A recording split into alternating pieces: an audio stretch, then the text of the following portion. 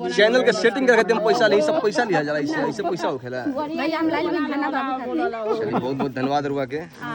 बोल दी थोड़ा सा वीडियो में हमरा के सपोर्ट। सर और वीडियो है भैया हमर मोबाइल ले ले बना। फेसबुक हमर पूजा कुमारी से चलेला। पूजा कुमारी जी बनी यहाँ के ना, थाना जी खातिर मिठाई ले ली बनी। यहाँ के ज्यादा सपोर्ट करी कि अगला बार यहाँ के बोड़ा के मिठाई लिए।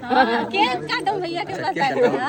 केक काटी भाई, जो मन करे रुआ करी। केक काटम रुआ सबके खुशी मम्मी खुशी बा, बस जैसे खुश रही बस। बस भैया से मिल के बहुत हमरा खुश भइल। हम अपना खुशी से लाइल बई धाना बाबू खातिर मिठाई लाइल। सब तो खुशी से ही लावे हम खुशी से लाइल बई धाना बाबू खातिर मिठाई।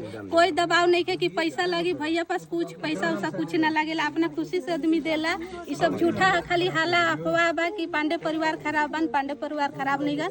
एक बार आके मिली जा, भैया से संपर्क करी जा। भैया खराब बई कि हमरा खातिर तो बहुत अच्छा बई भैया। वीडियो ज्यादा से ज्यादा हमरा शेयर करी जा, हमरा सपोर्ट करी जा। भैया से मिल के बहुत हमर मन खुश भइल।